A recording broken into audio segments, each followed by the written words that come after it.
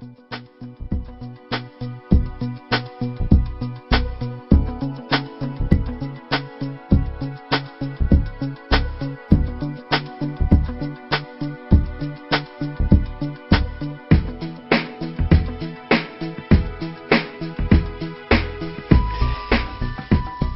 and welcome to part 5 of Alan Carr's Easy Way to Stop Smoking online seminar. I would like to address the topic of casual smoking and cutting down, because my whole smoking life I envied what I perceived to be these sort of happy casual smokers. I had always thought that somehow they had the best of both worlds, that on the one hand they got to smoke, but on the other hand, they didn't have the garbage that went with being a heavier or a daily smoker. Now I actually understand smoking. I can see that far from having the best of both worlds, these people actually have the worst of both worlds. Allow me to explain. I have yet to meet a smoker, casual or otherwise, that would encourage their children to smoke. If casual smokers believe that smoking is so enjoyable, then why won't they share this pleasure with their children? In moderation, obviously. Doesn't happen, does it? Yet these are the same parents that will drink alcohol with their children. But why are these parents so happy when their kids grow up to be non-smokers? Could it be that they don't want their children to make the same mistakes that we've made? Could it be that we want our children to learn from our mistakes? But you see, if casual smokers perceived smoking as being genuinely pleasurable, they would not perceive it as being a mistake. They would want to share this pleasure with their children. The fact that they don't, this raises a big red flag for me. And if casual smokers enjoy smoking so much, then why not do it more? If you enjoy doing something, do you do it more or less? You do it as much as you can, don't you? If casual smokers really enjoyed smoking, they would do it more. The fact that they don't, again, this doesn't make sense. And why do many lighter or casual smokers feel the need to brag about how little they smoke? What's going on there? I mean, if I said to you, you know, I can go 3 weeks without eating a piece of broccoli and it doesn't bother me in the slightest. What am I telling you? Am I telling you that I don't have a problem with broccoli, or that I do? I'm telling you that I do have a problem with broccoli. Because if I didn't have a problem with broccoli, I wouldn't feel the need to brag about how I can control my intake of broccoli.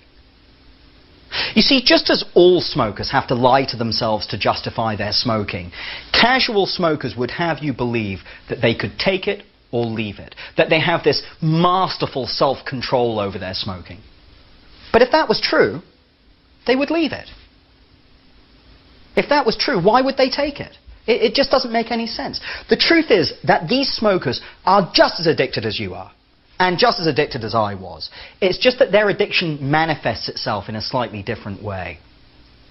You see, the way to understand these smokers is to look at what happens to you whenever you try to cut down or control your intake of cigarettes. Terrible things happen when you try to cut down. The first thing that happens is that you're keeping the little monster alive because you keep feeding him nicotine, obviously. Even if it's on just a restricted basis, you're feeding it enough to keep it alive. And because the little monster is alive, he's going to keep the big monster alive, wanting you to, keeping alive the desire to smoke, as it were. The other thing that happens when you try to cut down is that you spend your whole life looking at your watch. Every 10 seconds you're like this, looking at your watch, waiting for your next cigarette. I remember once I tried to cut down to 1 cigarette an hour, but, you know, which for some people is not cutting down. For me, it's cutting down a lot. And I remember getting that panicky, sort of anxious feeling, even as I was smoking the cigarette. Because I knew that when I put it out, I had to go a whole hour without smoking. So I told myself, oh, okay, right, I just won't think about it. So, of course, you become obsessed with the idea of the next cigarette. So then you try, you say, well, I'll just do something to distract myself. I'll go and, I don't know, do my taxes or build an extension on the back of the house or something. So you go and build an extension on the back of your house. When you finish, you look at your watch, you've still got 10 minutes until your next cigarette. So then you begin to get devious. You start thinking things like, well, I'm not smoking while I'm asleep, so I'll take those 8 cigarettes and I'll bring them forward to now, just so I can smoke. And of course, this is ridiculous. You're like a hamster in a cage, just running, going absolutely nowhere. In his book, The Only Way to Stop Smoking Permanently, Alan Carr tells the story. Actually, he calls this woman the 40-to-1 woman. And it was a woman who smoked 2 packs a day. She figured that there was no way she would be able to stop abruptly, so she concocted a plan whereby she would cut 1 cigarette a day out of her regime. So 39, 38, 37, 36. By day 40, I'm a non-smoker, or at least this was the theory. When she came to Alan Carr's seminar, she had been on 1 cigarette a day for 4 months. And this is how she would describe her day. She said, I wake up in the morning, the first thing on my mind, cigarette.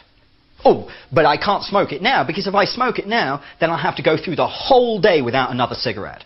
Bad idea. So, right, I'll get up, jump in the shower, I'll get the kids up, I'll get the kids breakfasted, I'll get the kids off to school, and then I'll have it. So she'd jump in the car, she'd get in the shower, she'd get the kids sorted out, she'd pack them off on the bus. She'd think, it's still only 8:30 though, it's still a bit early. I'll just do a couple of hours ironing, and then I'll have it. So she'd do the ironing for a couple of hours, still only 10:30, bit early. I'll just do the shopping, and then I'll have it. And it was like a donkey and a carrot, just dangling the thing under her nose, all day long. And she said, to be honest with you, I don't even know why I play these stupid games with myself.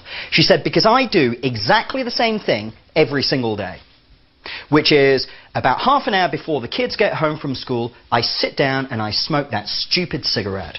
And she said, as soon as I put it out, the tears come, the depression comes, because I know that I'm 24 hours away from my next cigarette.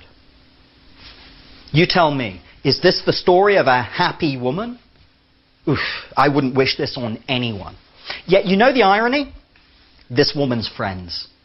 Oh, I wish I could be like you. I wish I could just smoke 1 a day. You see, we make the mistake of equating, as many smokers do actually, of equating smoking less with being happier. But using this logic, why don't we see the most obvious thing? That you'll be your happiest as a non-smoker. But no, this is terrifying for some reason. It doesn't make any sense. Think about it like this. If you're on a diet, is food more precious or less precious? It's much more precious, isn't it? Well, cutting down smoking is exactly the same. You're dieting, but with respect to cigarettes. And what this does is it makes really every cigarette seem special. You see, if you're a very heavy smoker like I was, quite frankly, you don't even have any illusion that you enjoy smoking. You're just pounding these things down because you can't stop. And you're very aware of this. But for someone who's smoking 2, 3, 4 cigarettes a day, they end up building their whole life around those few cigarettes.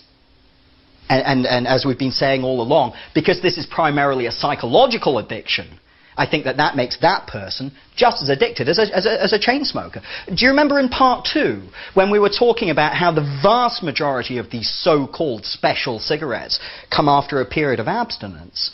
Well, when you're cutting down, you're effectively enforcing these periods of abstinence upon yourself. And as I said, what that does is it makes every single cigarette seem special. In any case, cutting down just doesn't work. I mean, you may be able to cut down or control your smoking for a couple of hours or a couple of days or a couple of weeks, but you will always end up back on your level. Because, you see, smoking's not a habit. You can't rip up a 20-a-day habit and build a nice new shiny 2 or 3-a-day habit, because it's not habit, it's drug addiction. And like any other addiction, it doesn't get better, it only gets worse. It is a huge mistake to think that you can control your smoking. I mean, do you really believe that you can get into the ring with the most addictive drug known to man and come out in one piece? In any case, even if you could control your smoking, why would you want to? What would that cigarette do for you that the thousands and thousands and thousands that you've already smoked didn't? It doesn't make any sense. You know, I was always so ashamed of how much I smoked. I had all of these friends that could keep it to a couple a day or even go a couple of days without smoking. And there I was smoking 40, 50, 60 cigarettes a day. Why couldn't I control my smoking like everybody else seemed to be able to do? And then I met Alan Carr for the first time, and he provided me with a totally different perspective. You see, for years I had seen my chain smoking as a weakness. He was the first person to put it to me that actually you had to be pretty strong to smoke that much. He's absolutely right. You see, heavy smokers tend to be physically strong, robust types, because the truth is, you've got to be strong to withstand the punishment. The truth is that many of these so-called casual smokers, they don't smoke more because they physically just can't hack it. I mean, of course, they're not telling you that.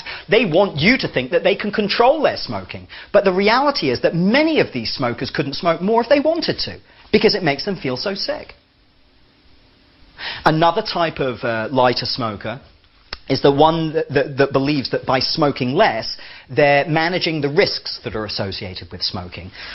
Unfortunately, there is very, very little evidence to support this belief. If you smoke 1 cigarette a day, the risk factor for lung cancer, heart disease, emphysema, so on and so forth, pretty much the same as if you smoked a pack a day. Another type of lighter smoker is the one that's trying to really reduce the amount they spend on smoking. I mean, life is expensive these days, really expensive. I mean, think about it. Gas prices, insurance premium hikes, you know, everything's going up in price these days, including the cost of cigarettes, which are set to rise dramatically over the next few years. I mean, did you know in some parts of Canada, cigarettes have already broken through the $10 a pack mark? You know, so many smokers try to reduce or control the amount they smoke to reduce the amount they're spending. And this is all very well-meaning, but it never really lasts. I mean, I remember telling myself that when it got to $2 a pack, I'm out. You know, too rich for my blood. When I quit smoking, it was nearly $8 a pack. You learn to live with the price. Another type of lighter smoker, I think, is the one